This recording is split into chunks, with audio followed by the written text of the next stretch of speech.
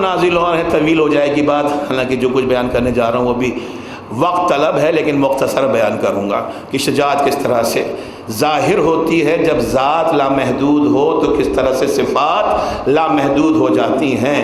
تو اب ایک انٹائرلی ڈفرینٹ کانسیپٹ بریوری کا آپ کے پاس ہے کہ شجاعت فقط تلوار چلانے کو نہیں کہتے ہیں، دشمن کو تلوار دے دینا بھی شجاعت ہے۔ شجاعت فقط رجز پڑھنے کو نہیں کہتے ہیں، میدان جنگ میں دشمن سے نبض آزما ہوتے ہوئے خدا کی توحید کا قصیدہ پڑھنا بھی بہادری ہے، یہ بھی بہادری ہے۔ اذان محترم جملہ عرض کرو پھر آخری منزل کی طرف آؤں گا کہ فقط میدان جنگ میں لڑنا شجاعت نہیں ہے، فقط لڑنا شجاعت نہیں ہے، بلکہ ثبات قدم بھی میدان جنگ میں شجاعت کہلاتے ہیں۔ میدان جنگ میں دنیا آ تو گئی لیکن ثبات قدم نظر نہیں آیا، چاہے دشمن سامنے نہ ہو لیکن دشمن کا انتظار کرنا بھی شجاعت کہلایا کرتا ہے۔ تو یہ ثبات قدم ہے جو میدان جنگ میں نظر آ رہا۔ بس اس کے بعد مجھے اجازت دیجیے گا، 5-7 منٹ میں آپ کو اس روایت پہ لوں گا۔ ذہن محترم، شجاعت اور کسے کہتے ہیں؟ مستند روایت ہے، میں تکراراً عرض کر رہا ہوں، بہت سے لوگوں کے لیے میرا مزاج، میرا لہجہ، میرا نام، میری تقاریر نہیں ہوں گی، لیکن جو شیورٹی اور گارنٹی میں دے سکتا ہوں وہ اپنے الفاظ کی، اپنے جملوں کی، اپنی بیان کردہ روایتوں کی دے سکتا ہوں۔ ذمہ دارانہ گفتگو ہے، حوالوں کے ساتھ، جو چاہے ایک لفظ کا حوالہ مجھ سے لے سکتا ہے۔ ذہن محترم، حقیقت کیا ہے اس حیدر کرار کی بہادری کی؟ کتابوں میں لکھا کہ میرا مولا جس بھی میدان جنگ میں جاتا تھا، جس بھی میدان جنگ میں جاتا تو مولا کے پاس جو سواری ہوتی تھی وہ ایک میانہ رفتار سواری تھی، تیز رفتار سواری پہ میدان جنگ میں نہیں جاتے تھے۔ خیبر اگر کسی منزل پر آیا تقاریر کے دوران تو میں ایک مختلف زاویے سے اس حقیقت کو پیش کروں گا، لیکن آج اس روایت کی اتھینٹسٹی کے ساتھ یہ روایت آپ کی سماعتوں کی نظر ہے۔ میرا مولا ہمیشہ میانہ رفتار سواری پہ جاتا تھا، تیز رفتار سواری پہ نہیں جاتا تھا۔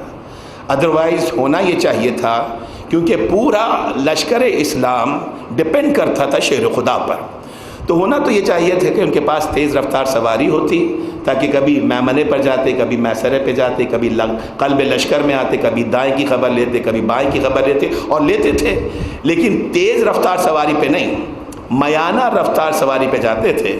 یہ تو خیبر میں موجود یہودی راہب نے بھی کہا تھا، میانہ رفتار سواری پہ جاتے تھے، تیز رفتار سواری نہیں رکھتے تھے۔ اور جب کسی منزل پر مولا کے چاہنے والے نے مولا سے اس سوال کیا تھا کہ علی ابن ابی طالب آپ تیز رفتار سواری کیوں نہیں رکھتے ہیں؟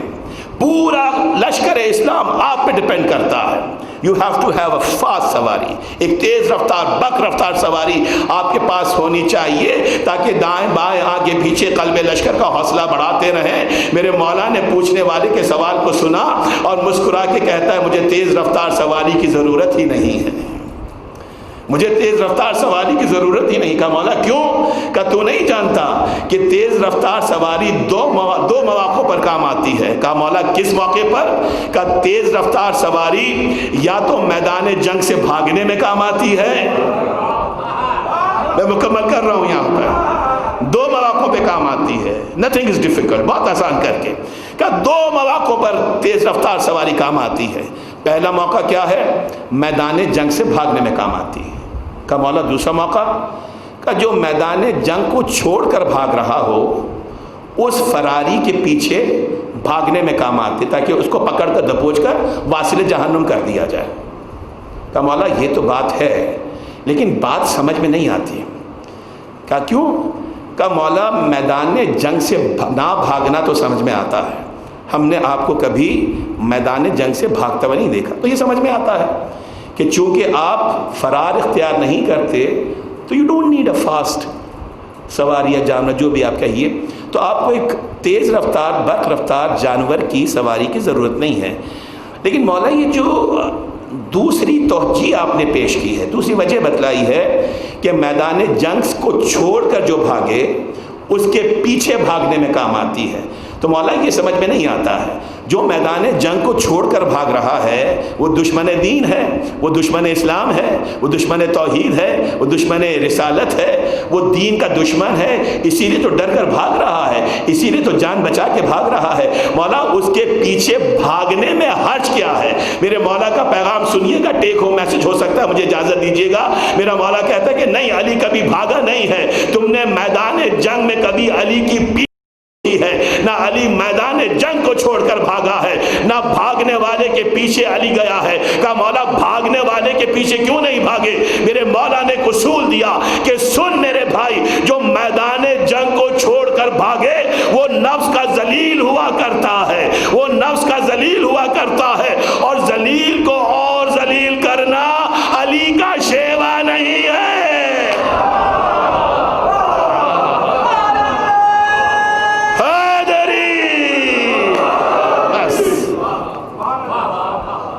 جو میدان جنگ کو چھوڑ کر بھاگے، جو فراری ہو، چاہے وہاں کا ہو یا یہاں کا ہو، جو فراری ہو، میں آپ کو اپنے نزدیک کر رہا ہوں آگے تقاریر کے لیے، جو فراری ہو چاہے وہاں کا ہو چاہے یہاں کا ہو، جو میدان کو چھوڑ کر بھاگ جاتا ہے وہ نفس کا ذلیل ہوتا ہے۔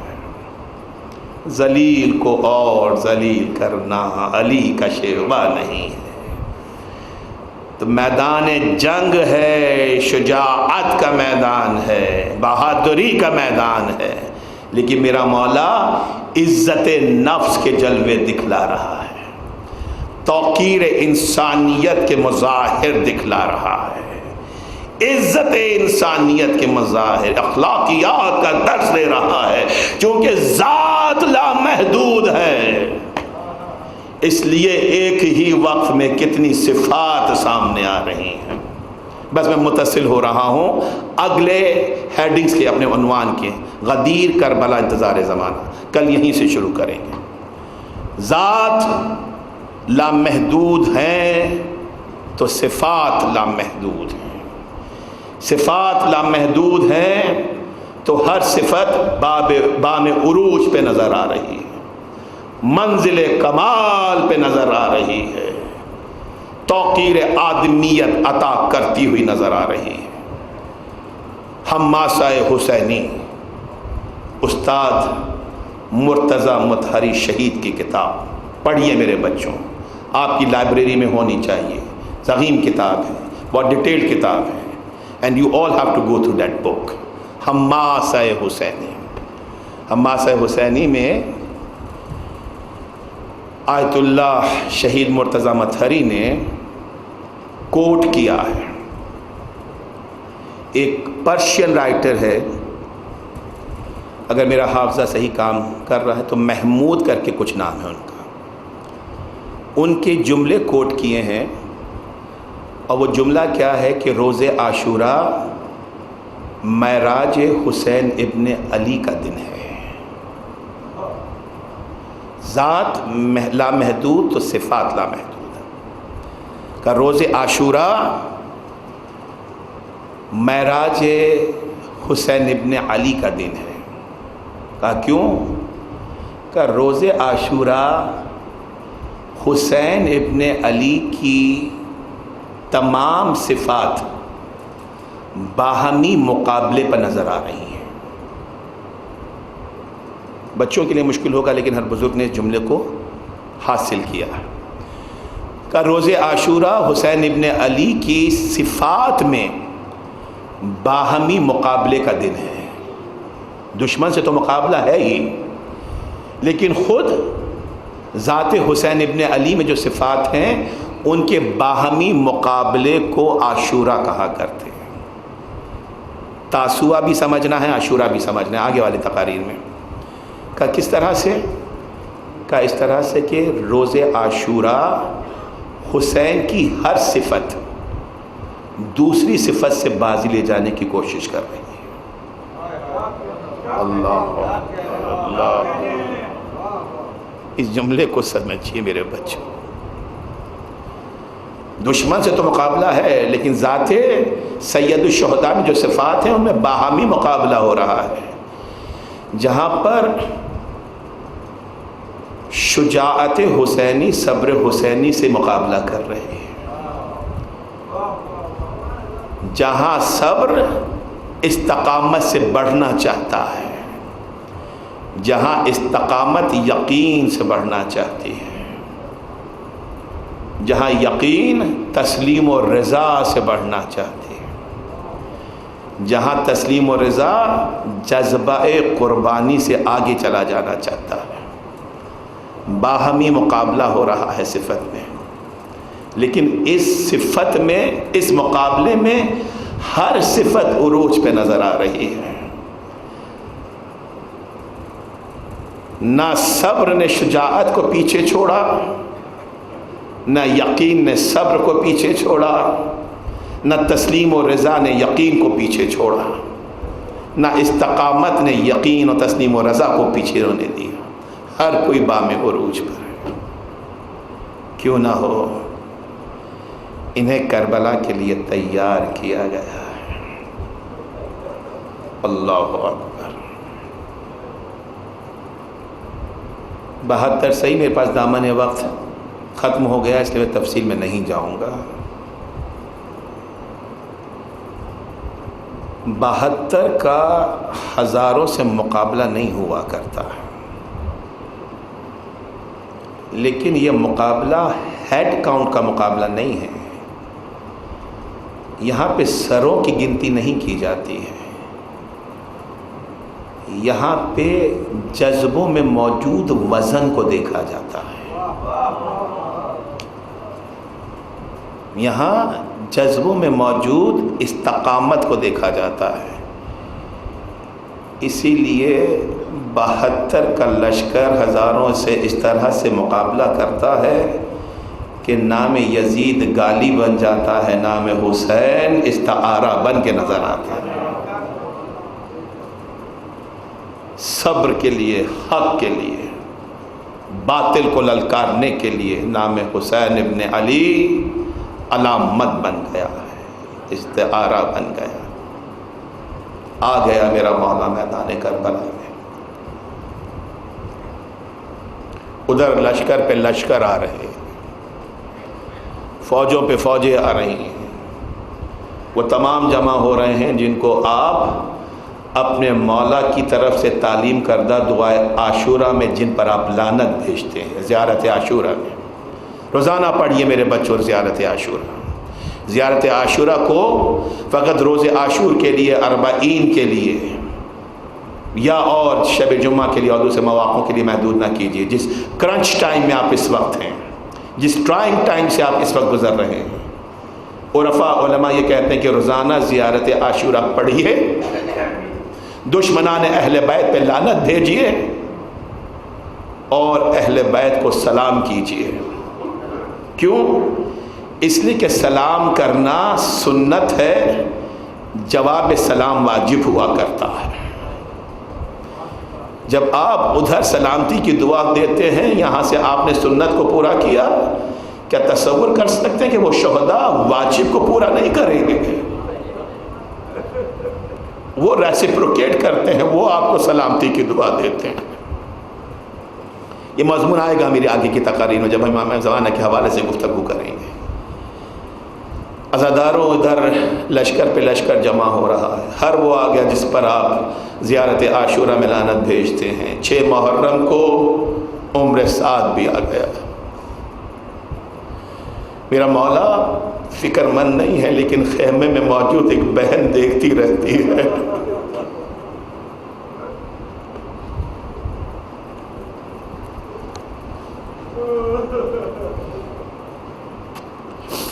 ماں جائی دیکھتی رہتی ہے کہ میرے بھائی کے لیے کوئی نہیں آ رہا،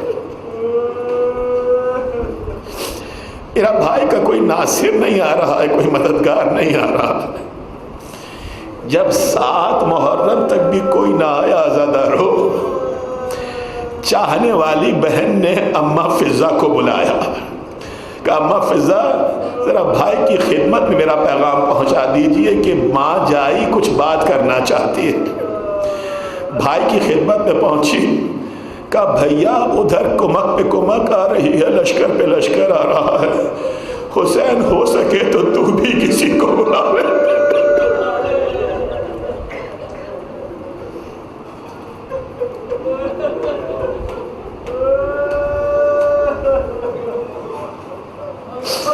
خائر غربت حسین ابن علی، سیدہ کا بیٹا غریب الوطن ہے، غریب الدیار ہے، عزادارو۔ کہا بہن کس کو بلاؤں؟ کہا بھیا کوفہ دور نہیں ہے، کوفے میں تیرے بچپن کا دوست حبیب رہتا ہے نا، سکون سے پڑھوں گا، 5 منٹ اوپر نکل گیا تو مجھے افسوس نہیں ہوگا۔ کہا تیرا بچپن کا دوست حبیب رہتا ہے نا، حبیب ابن مظاہر کو پہچانتے ہیں؟ بچپن سے غلامی کی ہے اس نے میرے مولا کی۔ مدینے کے گلیوں میں جو میرا آقا چلتا تھا تو روایتیں یہ کہتی تھی کہ جہاں جہاں پہ حسین کے قدم پڑتے تھے اس جگہ کی خاک اٹھا کر حبیب اپنی آنکھوں پہ لگایا کرتے تھے۔ ایک مرتبہ رسول نے دیکھا، نزدیک بلا کے شفقت کا برتاؤ کیا، چاہنے والوں نے پوچھا اللہ کے رسول اس بچے پہ اتنی مہربانی کیوں ہے؟ کہا تم نہیں جانتے یہ میرے حسین کا غلام ہے، یہ میرے بیٹے کا وفادار ہے، جہاں پہ حسین کے قدم آتے ہیں اس خاک کو حبیب آنکھوں کا سرما بناتے ہیں۔ بھیا حبیب کو بلا لیجئے۔ میرے مولا نے خط لکھا، میں تفصیل میں نہیں جاؤں گا، قاصد کو روانہ کیا، قاصد کوفے میں پہنچا، دق الباب کیا۔ روایتیں کہتی ہیں جب حبیب ابن مظاہر کے پاس قاصد پہنچا ہے نا، ایک مرتبہ حبیب بیٹھا ہوا گھر میں زوجہ کے ساتھ کھانا کھا رہا تھا، اللہ جانے کیا ہوا، ہاتھ سے نوالا گرا، حبیب گھبرا گئے، کہا زوجہ نوالا گرنا اچھا شکون نہیں ہے، اللہ جانے کیا ماجرا ہے۔ دق الباب ہوا، اٹھ کر گئے، کہا انا برید الحسین، میں حسین کا قاصد ہوں، یہ کہہ کے خط آگے کیا۔ خط کی ہیڈنگ جانتے ہیں نا، حسین ابن علی کا پیغام رجل فقی کے لیے، حبیب ابن مظاہر کے لیے، عالم غربت یہ ہے عزادارو۔ سیدہ کے بیٹے نے ایک جملہ لکھا، حبیب حسین دشمنوں میں گر گیا ہے، حبیب ہو سکے تو آ جاؤ میرے بھائی، آ جاؤ حسین تنہا ہے، آ جاؤ مولا تنہا ہے، اجرکم علی اللہ۔ حبیب نے خط کو ہاتھوں میں لیا، کبھی آنکھوں سے لگایا، کبھی خط کے بوسے دیے، لیکن سر جھکائے ہوئے چلا کہ زوجہ کے سامنے ماجرا کیا بیان کروں گا۔ زوجہ نے آتے ہوئے شوہر کو دیکھا، کہا تیرے چہرے پہ پریشانی کیوں ہے، تیرے چہرے پہ فکر کیوں ہے؟ کہا سیدہ کے بیٹے کا خط ہے۔ تڑپ کے کھڑی ہوئی مومنہ، کہا کیا لکھا ہے میرے مولا نے؟ کہا تیرا مولا دشمنوں میں گر گیا، زینب کا بھائی کربلا میں تنہا رہ گیا۔ میرے مولا نے یاد کیا ہے، میرے آقا نے بلایا ہے۔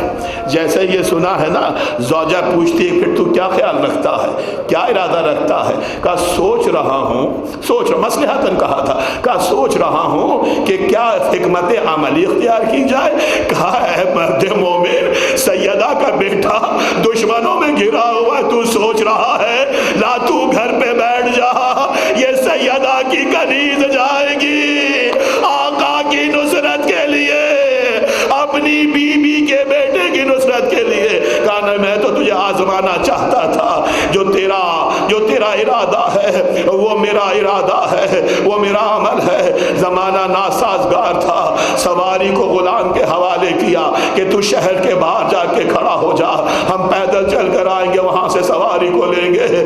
رات کی تاریکی پھیلی، وقت زیادہ ہو گیا، اب جو حبیب بچتے بچاتے نکلے، شہر کی سرحد پہ پہنچے، رات زیادہ ہو چکی تھی، وقت کافی ہو چکا تھا۔ حبیب نے سنا کہ سواری کا سر بھی جھکا ہوا ہے، غلام کا سر بھی جھکا ہوا ہے۔ غلام رو رو کے کہتا تھا ایس گھوڑے غم نہ کر، اگر آقا نہیں آیا یہ غلام تجھ پہ سوار ہو کے جائے گا، یہ حسین کا فدائی بن کے جائے گا، یہ حسین کا ناصر بن کے جائے گا۔